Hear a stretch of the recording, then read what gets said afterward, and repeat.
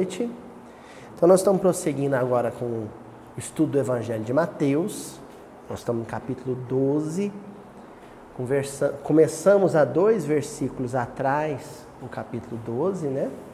Então acho importante a gente recompor a passagem, porque não se trata de um discurso propriamente dito, e sim de um momento, de uma cena de interação em que Jesus interage com o colégio farisaico de Jerusalém, né? Com a escola farisaica, ou o partido farisaico, com o farisaísmo de Jerusalém, no século I. Então vamos só lembrar o contexto, né? Jesus se dirigia da Galiléia em direção a Jerusalém, com os discípulos, acompanhados dos discípulos, possivelmente, era um Shabat, era um sábado sagrado para os judeus, né? Quando de repente os discípulos sentem fome no caminho. E aí, ao sentirem fome, eles lançam mão de algumas espigas que estavam na seara, que estavam ladeando o caminho, porque isso é um dado interessante. As lavouras, a agricultura em Israel antiga, as propriedades elas eram separadas não por cercas, mas por searas. Então aquele ato, aquela lacuna entre uma plantação e outra, ali era o divisor entre uma propriedade e outra. E as pessoas acabavam transformando essas searas, essas sendas, em caminhos, em estradas, em rotas, né? Muitas vezes em atalhos. E Jesus estava caminhando numa dessas sendas, numa dessas searas com os discípulos, quando eles sentiram fome e se alimentaram no sábado. Ao se depararem, ao se encontrarem com um grupo de fariseus, eles acabam sendo censurados, criticados por esses fariseus.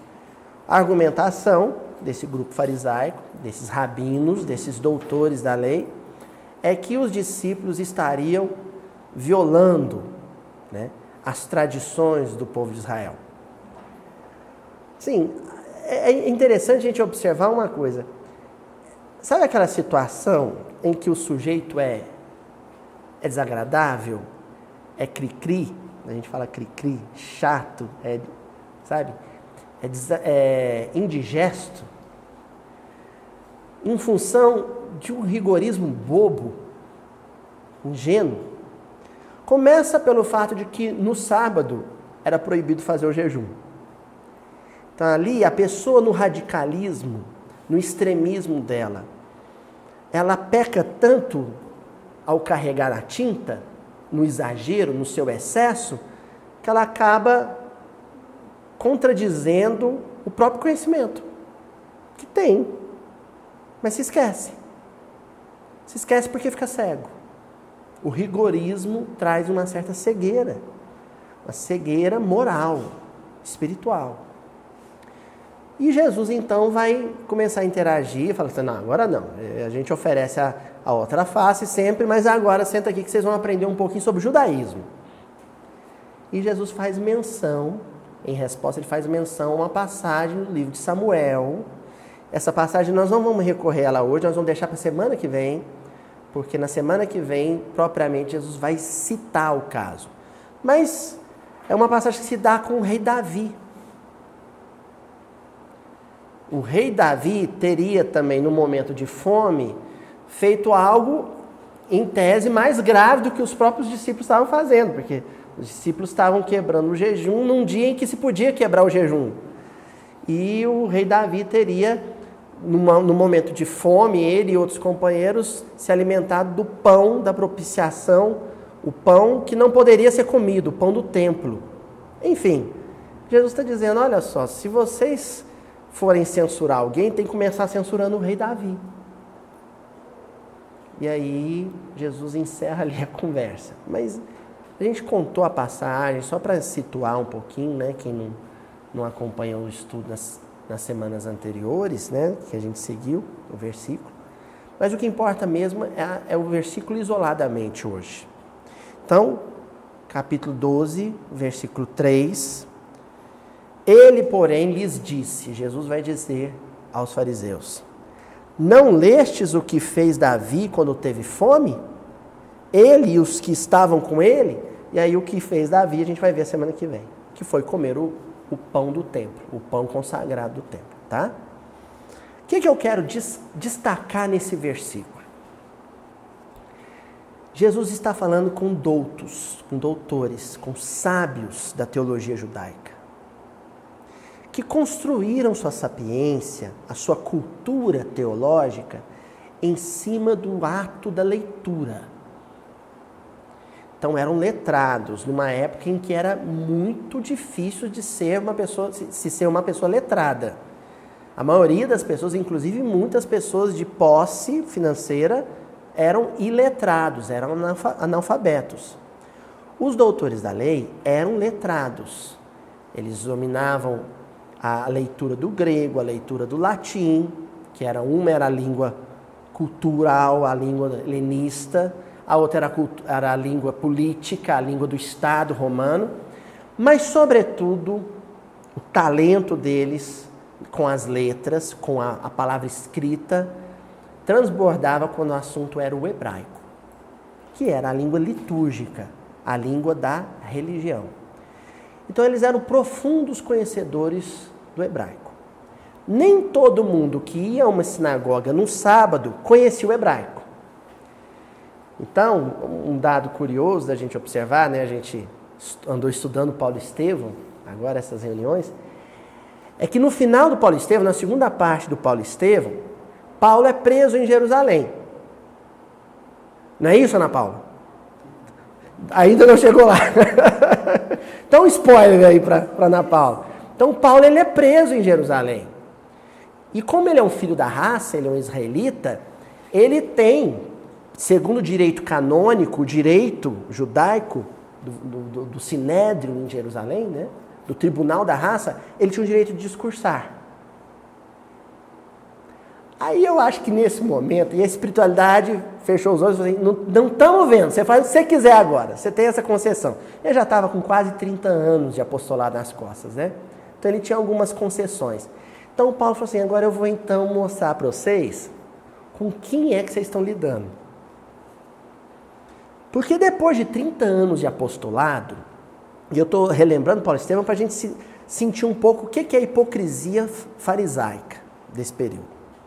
Com 30 anos de apostolado cristão, já tinha uma geração de, vou falar no sentido pejorativo mesmo, de rabinozinhos em Jerusalém, pomposos, arrogantes, nariz em pé, que não sabiam mais quem era Paulo de Tarso. Vocês entenderam? Então, no ano em que Estevão é apedrejado, que acontece todo aquele drama, Abigail se afasta de Paulo, desencarna, Paulo vê Jesus na estrada de Damasco, naquele ano, Paulo era a personalidade mais eminente, mais conhecida, mais famosa da tradição judaica na época. Certo? Mas 30 anos depois, como cristão, tinha muito menino, muito moleque em Jerusalém, usando a toga de fariseu, que já não sabia quem era Paulo mais. Ainda mais que ele mudou de nome. E os que sabiam, é um maluco, né? Um peregrino doido, que já foi um dia um rabino. Então, na hora que concedem a palavra para Paulo, é curioso que Paulo fala assim, agora eu vou me mostrar para essa meninada, quem é que está aqui na frente dele. Esse mendigo, cheio de cicatriz, mal vestido, vou mostrar quem é. Sabe o que Paulo faz? Ele faz um discurso em hebraico. Ele faz um discurso em hebraico. Gente, a maioria das pessoas que iam para a sinagoga no sábado escutavam a leitura da Torá em hebraico e não entendiam nada. A maioria dos judeus, porque só sabiam aramaico. Vocês se lembram da época que as missas eram rezadas em latim? Não tinha isso? O pessoal ia na missa, as pessoas falavam português. O português é o filho, né, a última flor do lácio, nos dizeres de Olavo Bilac, né? É um filho tardio do latim. Mas o padre falava em latim e o pessoal que estava na missa não entendia nada. O hebraico para o aramaico é mais ou menos isso. só sabia ler e entender um texto em hebraico os doutores. Os doutores. Aí sabe o que Paulo faz? Sem papel na mão, de improviso, ele faz um discurso de improviso em hebraico. Só para a gente sentir o que foi que Paulo fez. Quando ele faz isso, ele mexe com o orgulho do farisaísmo. Porque o orgulho é o traço central do comportamento farisaico. Eu não estou falando mais dos fariseus históricos. Existe um comportamento que varou séculos e contaminou todas as agremiações religiosas da tradição judaico-cristã. Protestantes, espíritas, católicos, todos.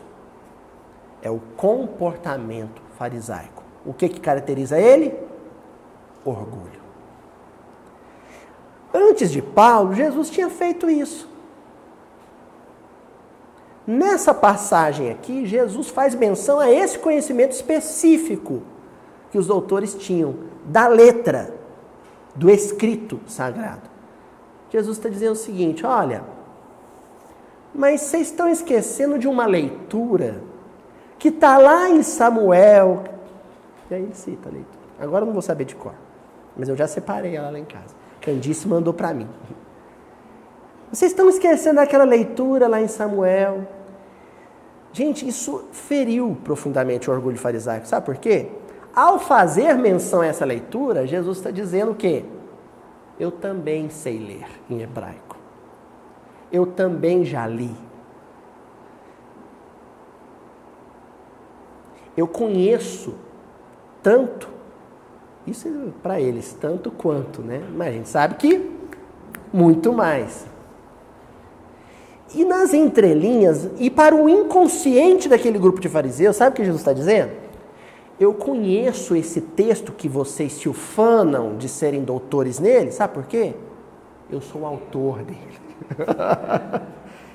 Eu sou o autor dele.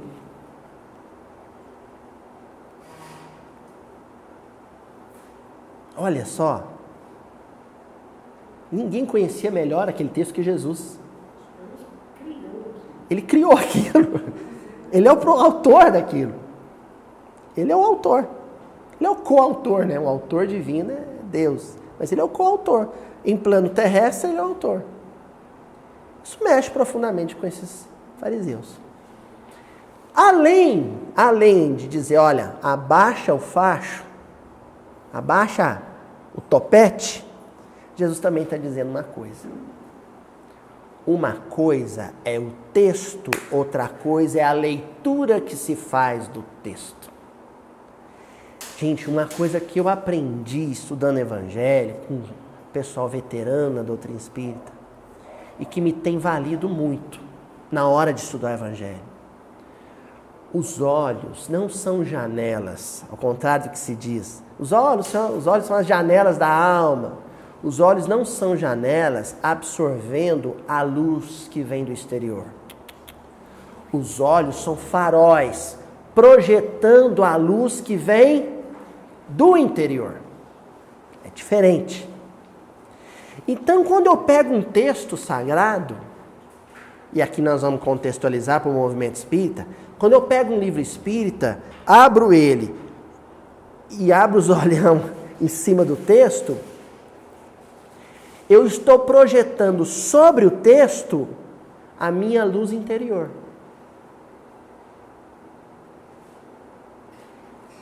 Só que a nossa luz interior, ela pode ser clara ou ela pode ser escura. Já viu aquela expressão luz negra? Pode ser uma luz sombria. Luz, porque é a nossa centelha, a nossa vitalidade, é o nosso eu, a nossa individualidade, a nossa consciência. Sombria porque é a nossa consciência, a nossa individualidade, o nosso eu doente, enfermo. Então, quando eu projeto essa luz interior sobre o texto, eu reconfiguro o texto, eu mudo as letrinhas de lugar, tudo. Ou melhor, eu apago umas letrinhas, escondo outras. torço algumas palavras e passo a ler não o que está no texto ou o que está implícito no texto. Eu passo a ler o que eu quero ler no texto. O que me convém, o que me interessa, o que me favorece em algum sentido. Ali não está mais o texto de Mateus, por exemplo. Ali está o texto de Aloísio projetado sobre Mateus. Ali não está mais o livro Paulo e Estevão. Ali está Paulo e Estevão segundo Aloísio Elias, por exemplo. Foi um cuidado que a gente teve quando fomos começar a estudar aqui no Miudinho. E sobretudo quando a gente começou a gravar. Quando a gente começou a registrar. Montar uma equipe. Somos 12 pessoas. Que no prazo de uma semana... Porque eu costumo brincar, falo assim, se naquela semana dos 12 tiver uns 8 obsidiados, 2 salva a pátria. 2 consegue salvar o estudo. E assim mesmo a gente tem o cuidado de gravar e deixar de molho, sabe quanto tempo, gente? 4 meses. Uma gravação como essa aqui fica de molho uns 4 meses, na gaveta ali, ó. Sabe por quê? Porque pode ser que daqui 4 meses, na hora que eu vou assistir, eu falo assim, opa, eu tinha projetado muito da minha individualidade sobre o texto.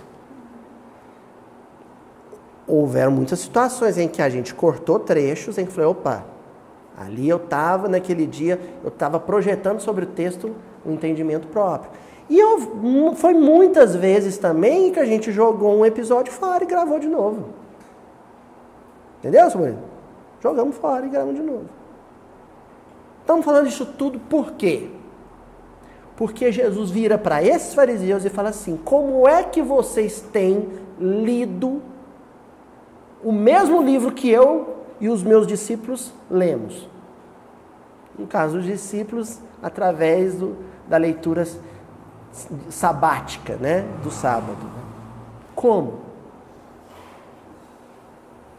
Será que vocês não têm projetado sobre a literatura sagrada o preconceito, o egoísmo, o orgulho, a vaidade, o rigorismo de vocês?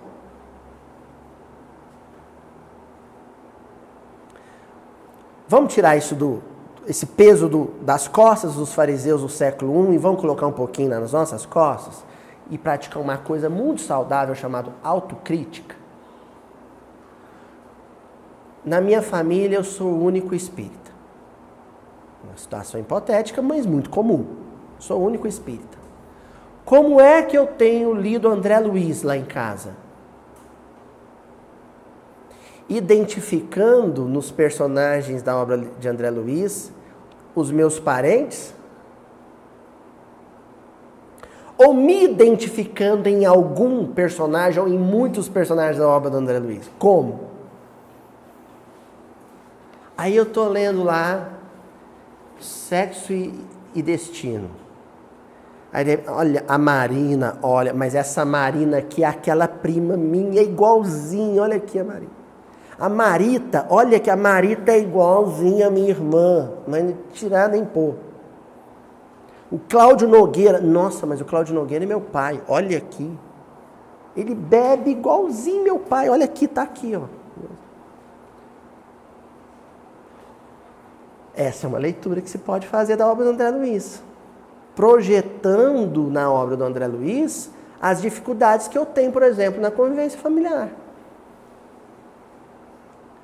Ou então, eu posso deixar a obra de André Luiz projetar a luz dela sobre o meu mundo interior, clareando tudo por dentro e falando assim, nossa, isso que a Marina fez aqui eu já fiz. Olha, o Cláudio Nogueira, olha, esse aqui eu faço direto. Gente, que vergonha. Aí fecha o livro. Fecha o livro e vai meditar. Não é hora de parar de ler. Ler devagarzinho é bom, viu, Ana Paula? Vai lendo devagarzinho que você fecha o livro. Olha só, agora eu fiz igualzinho o Sadoc lá no Paulo Estevão. Olha, bati a porta na cara de muitos amigos, igual ele fez com o Paulo. Essa é a pergunta do versículo de hoje. Como nós temos lido a literatura sagrada que nos chega às mãos?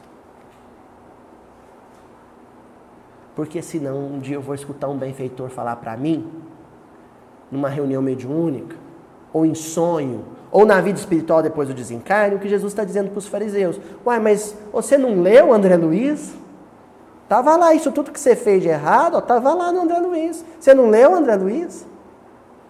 Você não leu Emmanuel? E aqui nós vamos fazer um adendo. Tem a turma que não lê. Aí é a posição mais cômoda, né? Mas você não leu André Luiz? Não. Então tô isento, tô limpo, né? Não li. É onde eu tenho que me perguntar, por que eu não tenho hábito de leitura? Será só porque eu tenho um pouco de preguiça de ler? Será que é porque eu não tenho tido tempo para ler? Ou será que existe um processo inconsciente em que eu tenho medo de ler? Eu tenho medo do que é que a obra psicografada por Chico Xavier, a obra kardeciana, vai mostrar em mim. Ou vai me contar a respeito de mim mesmo. O quê? Aqui, por exemplo, nessa passagem que Jesus está propondo, ele está falando para os fariseus assim, se vocês tivessem de fato lido a literatura sagrada sem torcê-la interiormente, sem deturpá-la interiormente, vocês iam perceber que a atitude de vocês é rigorista. É exagerada, é disciplinadora, é atávica, é dura demais. E Jesus estava sempre apontando isso para o colégio farisaico. Por isso que eles não gostaram de Jesus. Então, para a gente seguir por aí, então, que a leitura equivocada desses fariseus os impedia de perceber o quanto eles eram rigoristas, o quanto eles eram extremamente severos e demasiadamente preocupados com a vida alheia, nós vamos recorrer a uma lição do livro Jesus no Lar, a lição número 10, que se chama O Juiz Reformado. E olha, gente, essa é uma lição em que Jesus vai recorrer à tradição do Velho Testamento, porém, para discutir problemas que ele estava vivendo com os discípulos no colégio apostólico. Olha só, Jesus tinha dificuldades extremas com os 12 apóstolos, diretos. Eles, os 12 escolhidos, tinham traços de farisaísmo. Querem ver uma coisa? Como houvesse o Senhor recomendado nas instruções do dia, muita cautela no julgar, instruções do dia, eu aposto que era um sábado. Porque o sábado é o dia em que eles passavam ao longo do dia estudando. E Jesus estudando com os discípulos. Eles separavam um dia na semana para estudar. E aí, o Neio Lúcio. O Neio Lúcio começa dizendo que, olha, ao longo de todo aquele dia, Jesus tinha batido numa mesma tecla. Qual é essa tecla? Vou falar aqui, pausado, e depois vamos deixar uma lacuna aí para a gente meditar. Cautela no julgar.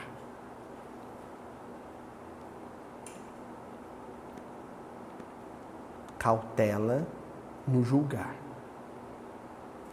Jesus passou um sábado, possivelmente um sábado inteiro, estudando com os 12 discípulos diretos dele. Qual o tema? A cautela no julgamento. Prossigamos. A conversação em casa de Pedro se desdobrava em derredor do mesmo tema. Então, entre eles começaram a conversar entre si. E aqui nós vamos falar um outro traço que é próprio do rigorista. Todo rigorista com o outro é desculpista consigo. aplica o rigor ao comportamento do outro e a desculpa ao próprio comportamento. Então Pedro começa assim: ah, mas é difícil não criticar, né? Mateus comentava Mateus com lealdade.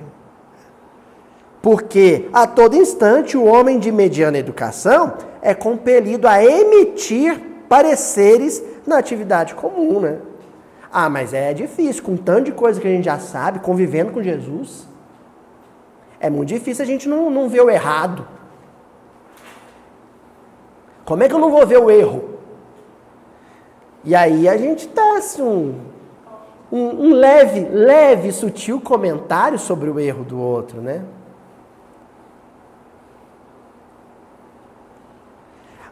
Aí eu vou lembrar da minha mãe uma ocasião. Que eu falei: mãe, nós estamos falando mal de todo mundo. Ela falou assim: ah, tem razão. Aí passou. Aí um tempo depois ela: mas meu filho, só como material de estudo. Aí falava do erro de alguém. Mas só como material de estudo. É a gente, né? A gente vem aqui na quarta-feira, né, Cris? Estuda aqui 1h30. A gente sai daqui sabendo muita coisa. A gente sai daqui, Adriana, sabendo direitinho o que é erro. Então, como é que eu não vou comentar o erro quando eu ver o erro? Tem que comentar, ué. Material de estudo, né, mãe? A gente vai estudo de campo, né? A gente vai a campo fazer as anotações do que estuda na quarta-feira, não é assim? O pessoal de casa também assiste o episódio, depois vai a campo para fazer leves anotações sobre o comportamento alheio. Jesus vê isso aí e fala o seguinte para Mateus e para a turma, que pensava igualzinho: é necessário não inclinar o espírito aos desvarios do sentimento. Pausa. Jesus está dizendo o seguinte: quando você se põe a estudar o comportamento alheio, não é só o raciocínio que está em jogo. Está em jogo também emoções. Então, se eu não sentisse nada pelo meu filho, nem de bom, nem de ruim, a minha análise do comportamento dele seria fria, objetiva, imparcial, neutra. Só que nós não somos robôs. Junto com o raciocínio, ou melhor, por detrás do raciocínio, existe uma carga emocional.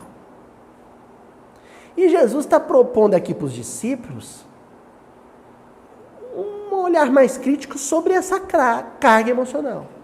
Antes de tecer um comentário sobre um comportamento de fulano, primeiro se pergunte: o que eu sinto por fulano?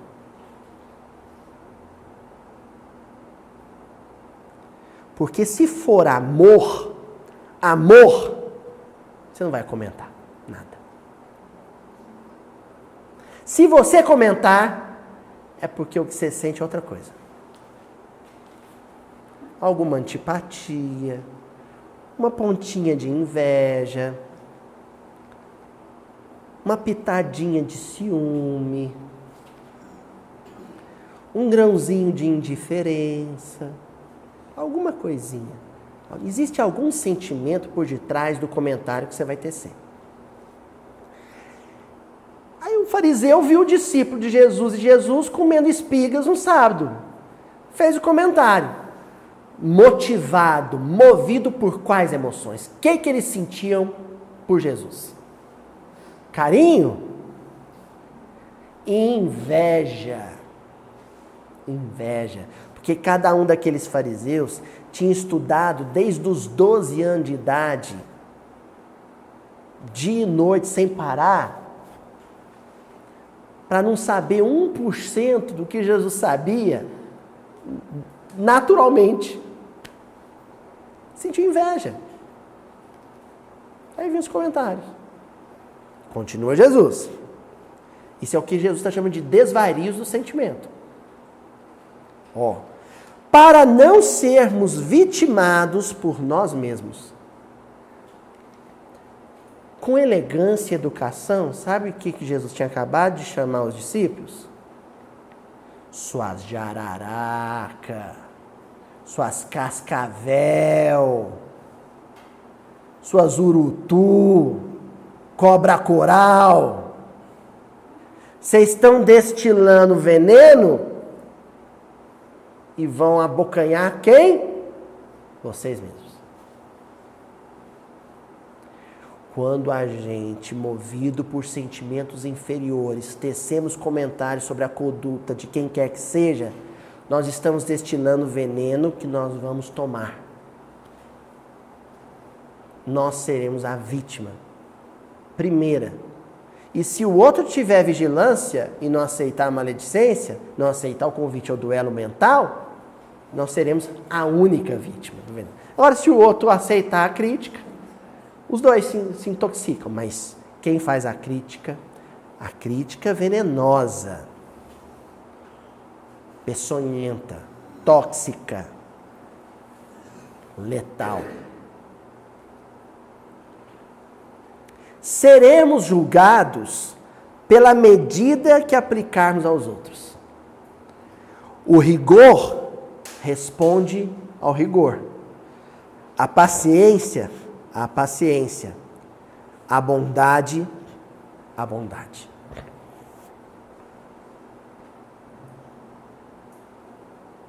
Eu tenho batido muito nessa tecla ultimamente, porque me preocupa o grau de enfermidade a que muitos companheiros do Evangelho, militantes do movimento espírita, estão chegando de autointoxicação em função da crítica e do julgamento de comportamento de homens públicos.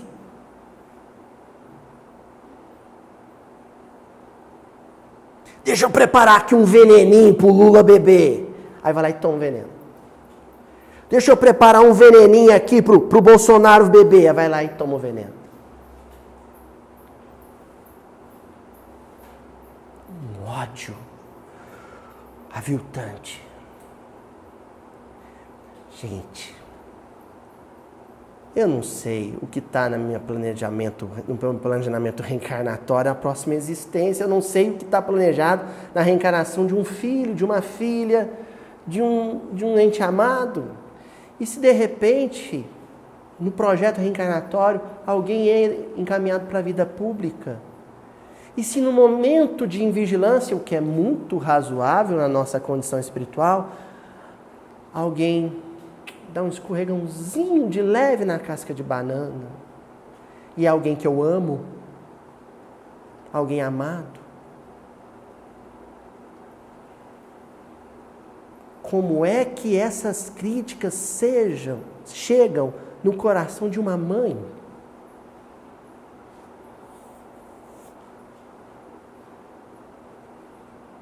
O corrupto tem mãe, o traficante tem mãe,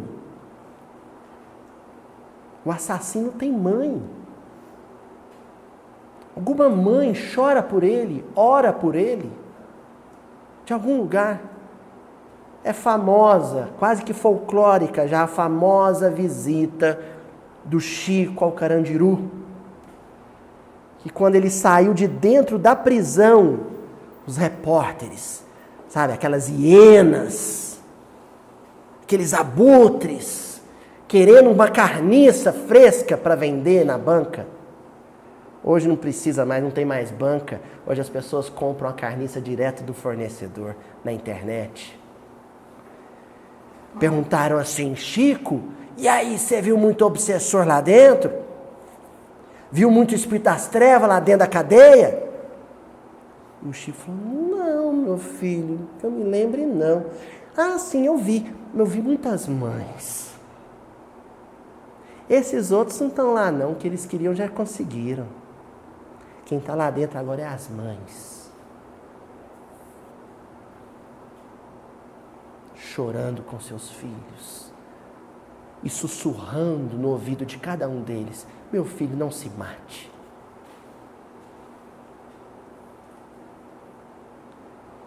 E aí onde o rigorista, o fariseu espírita tem que se perguntar, nesse processo turbulento todo pelo qual o país passa, eu enderecei a algum prisioneiro por corrupção uma prece, dizendo à distância para ele, meu irmão, não se mate.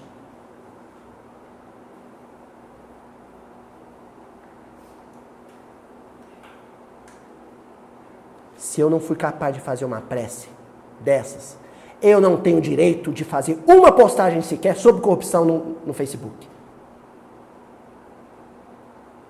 Eu não tenho moral para fazer isso. Porque eu sou espírita, eu estudo evangelho e não enderecei uma prece sincera para esse companheiro. Então não tenho direito de fazer crítica à corrupção dele. Que é basicamente o que Jesus está dizendo para os fariseus. Escuta, esses 12 aqui, ó, e eu, estão passando fome. Vocês trouxeram um pedaço de pão para a gente? Então por que vocês estão censurando esse pegar a espiga do vizinho? Se o fariseu chegasse com um pedaço de pão, falasse, toma aqui, ó, vem cá comer. E mesmo assim o discípulo fosse lá e roubasse a espiga, o que não é o caso, mas se fosse, aí poderia talvez fazer meu irmão, eu estou te oferecendo a comida aqui, mas não, é a crítica pela crítica, é a crítica sem estender a mão, sem olhar com generosidade, com misericórdia. É disso que Jesus está falando para eles no culto na casa de Pedro. Aí ficou aquele climão, né? Jesus falou, agora todo mundo se recolheu à sua própria insignificância. Eu vou contar uma historinha para vocês. Existia um magistrado, um juiz, austero e violento. Ah, mas é tudo que o povo brasileiro mais quer. Um juiz austero e violento. Porque não se põe ordem nessa bandalha, não se põe ordem nessa bagunça, se não for com austeridade e violência. Em destacada cidade do povo escolhido, tipo o Brasil, coração do mundo, pátria do Evangelho, que imprimiu o terror e a crueldade em todos os serventuários sob a sua orientação. O terror e a crueldade. É o seguinte, tá uma bagunça, vocês são meus funcionários, nós vamos pôr ordem agora, mas não é para brincar, não. É para descer o cacetete.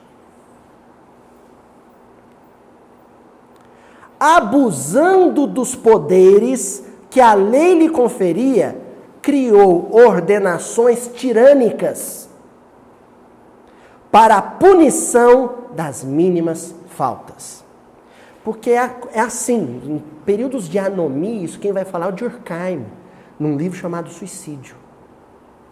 Durkheim vai dizer, em períodos de anomia, ou seja, sem lei, sem regra, sabe esses? Vocês sabem como é que é, né? Sabe que parece que a rédea está solta, que vale tudo. As pessoas sentem carência de que os grandes erros sejam punidos com rigor. Sabe qual é o problema que Jesus está contando nessa historinha? É que quem começa a punir com rigor os grandes erros e se empolga com isso, daí um pouquinho está punido com o mesmo rigor os pequenos erros. Aí você vai em muito estado fundamentalista no Oriente, em que em que um furto simples é punido com amputação dos membros. Roubou uma laranja na feira, corta a mão. Como é que começou esse processo? Aí você tem que pegar, por exemplo, a história do islamismo e ver como é que nasceu o fundamentalismo dentro do islamismo. Assim.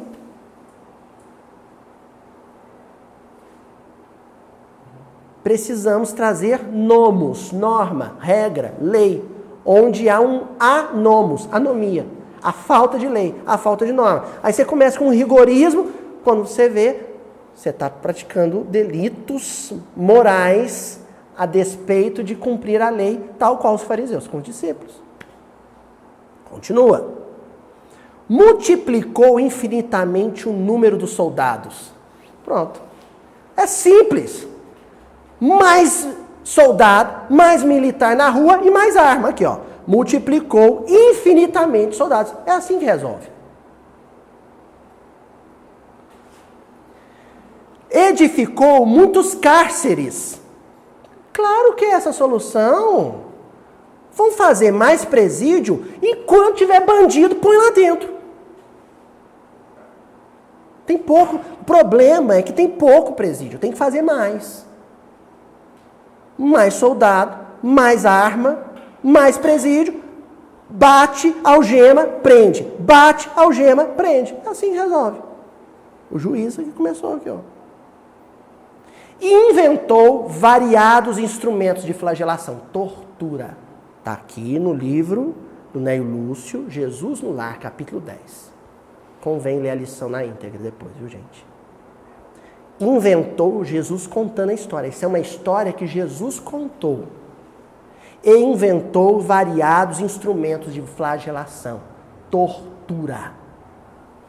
Esse juiz rigoroso, ele era um favorável e divulgador da ideia de tortura. Se você tortura, você corrige.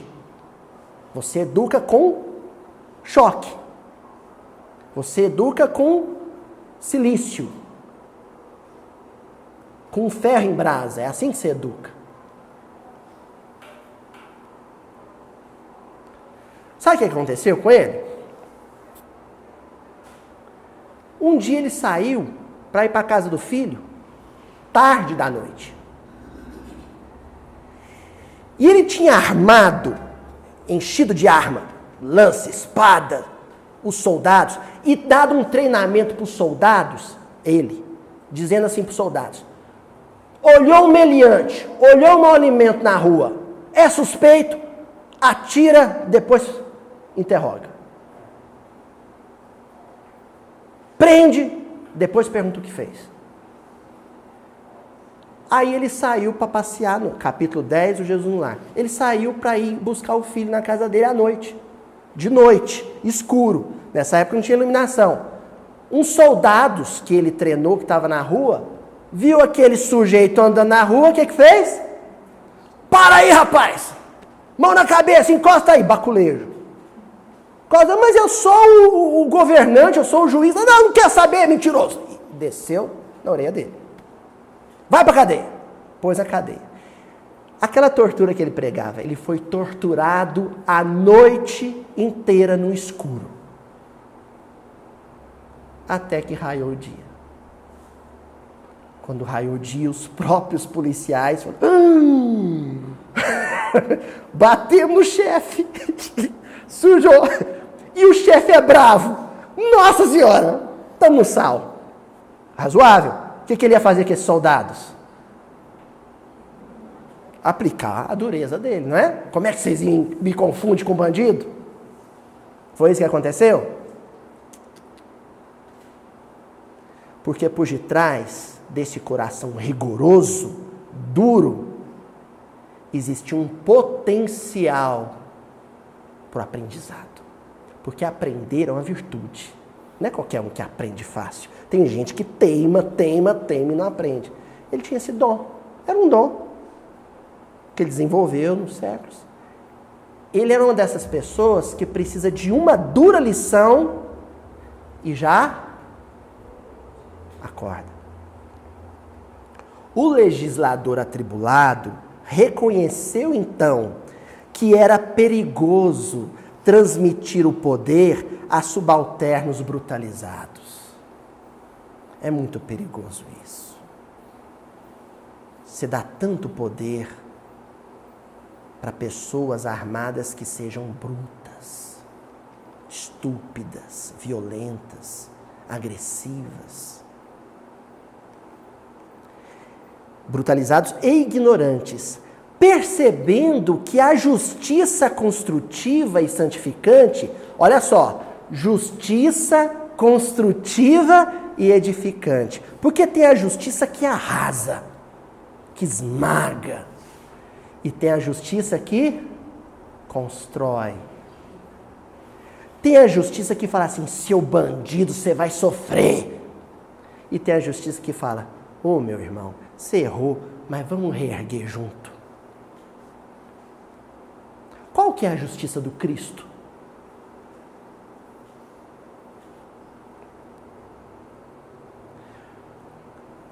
É aquela que retifica, ajudando e educando, na preparação do reinado do amor entre os homens. Reinado do amor. Reinado do amor. Não é da ordem. É o da ordem, mas de uma ordenação que se dá de forma natural, espontânea. Eu me lembro que aconteceu algumas poucas vezes assim, de eu me empolgar com a turminha na sala de aula, brincadeira com os colegas. Eu era um bom aluno. Mas distrair com os colegas, perder uma matéria, por causa da matéria que eu perdi, eu fui mal na prova, tirei uma notinha mais baixa. E meu pai, ele pagava escola particular, mas num duro danado, na época ele era lubrificador de máquina. Chegava em casa cheio de graxa. E aí eu entregava o boletim, e ele olhava, falava assim, a nota baixou, né, meu filho? Mas você recupera. O pai paga a escola mesmo assim. E me entregava. Me dava vontade de falar assim, me bate. Porque aquele amor transbordante me constrangia até na víscera. É a força do amor. Amor. O amor renova as criaturas, é assim. Agora, o ódio, a violência, a truculência, o rigorismo, ele vai alimentando, nutrindo o que há de mais sombrio naquele que já era um equivocado, um criminoso. Aquilo vai só dando lenha à fornalha. É você querer apagar um incêndio usando, sabe o quê? Gasolina. Usar a violência e o rigorismo para educar as pessoas é querer apagar um incêndio com querosene.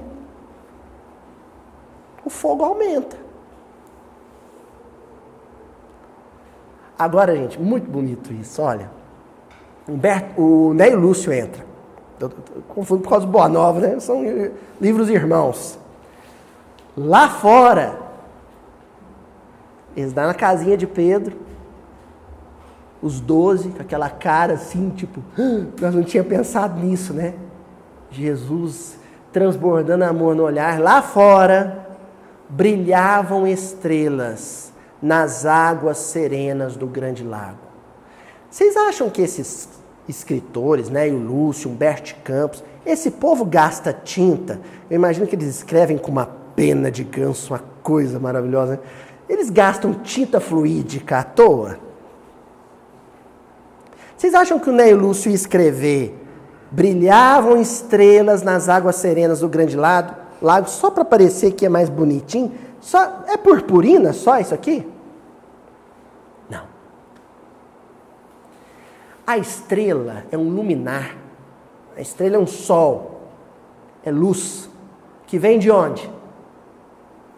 Do alto. Eurípides Barçanufo é uma estrela. Maria de Nazaré é uma estrela. Abigail e Estevão são duas estrelas.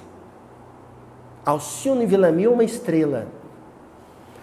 Lá fora brilhavam estrelas. Do céu para a terra. É como se cada estrela no céu fosse o olhar de um anjo. Olhando aqui embaixo, assim. E fulgurando. E aqui embaixo? Retratadas, refletidas nas águas, ó adjetivo, serenas do grande lago. Quem eu devo ser cá na terra? O lago de Genezaré.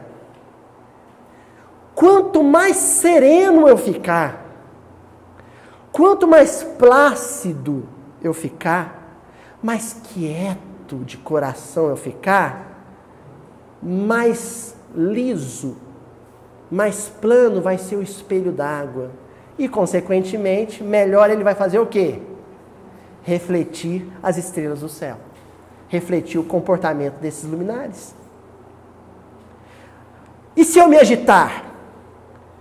E se eu estiver por dentro trêmulo, ondulando?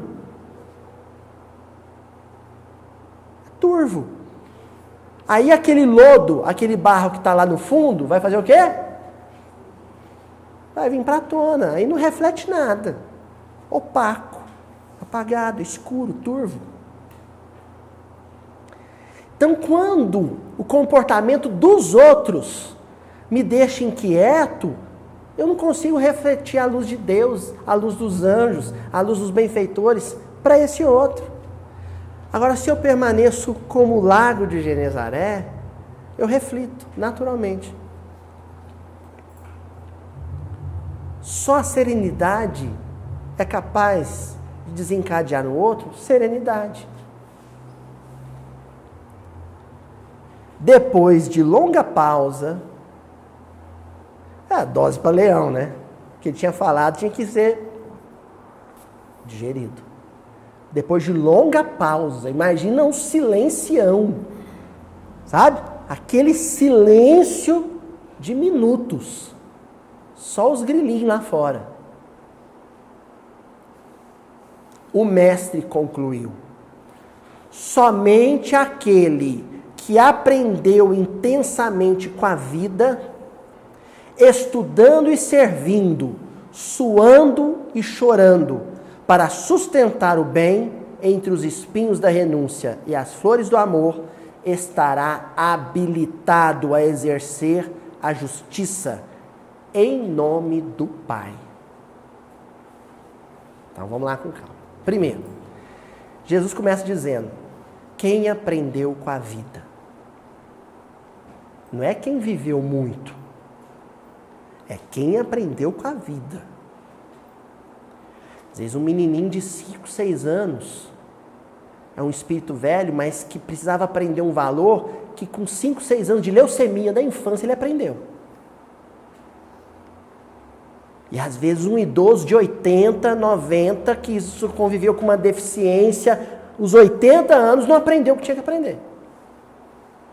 Quem aprendeu com a vida, quem pegou as dificuldades que já viveu, assimilou elas, quem já tropeçou, caiu, fez besteira, fez asneira, assimilou aquilo e hoje olha para quem erra com misericórdia. Quem aprendeu com a vida. Só esse, segundo Jesus Cristo, está habilitado, tem habilitação, tem carteira, sabe? Igual a carteirinha da OAB, tem carteira para exercer a justiça em nome de Deus. Porque tem a justiça dos homens. E você sabe o que é exercer a justiça em nome de Deus? Ah, eu sei, Luiz. Eu li o Libertação, do André Luiz. Tinha lá o sujeito, o Gregório, ele estava lá nas trevas, Deus colocou ele nas trevas, para ele, chicotear, trancar no calabouço e chicotear os pecadores. Então ele exercia a justiça em nome de Deus, é isso? Então, o juiz conturbado da lição vai lá, prende o criminoso, bate nele, tortura ele. Ele exerceu a justiça em nome dos homens. Aí o cristão vai lá, pega esse criminoso sangrando, seca as feridas, abraça ele, agasalha ele e fala: vem cá, meu irmão, eu te amo. Ele exerceu a justiça em nome de Deus. Porque a justiça de Deus é misericórdia e compaixão. A dos homens é rigor e violência. Eu estou até vendo o pessoal comentando debaixo desse vídeo. É favorável aos direitos humanos. Eu conheço, aposto que é professor de história. Só, tem que comer arroz, feijão, né? Pagar as contas. Sou professor de história, com muito orgulho. Com muito orgulho eu sou professor de história. E sou cristão. E como cristão, mais do que como professor de história. Porque tem muito professor de história a favor da pena de morte. Mas como cristão, eu entendo que justiça aplicada em nome de Deus é misericórdia vivida no olhar, no pensamento, no sentimento, na vibração.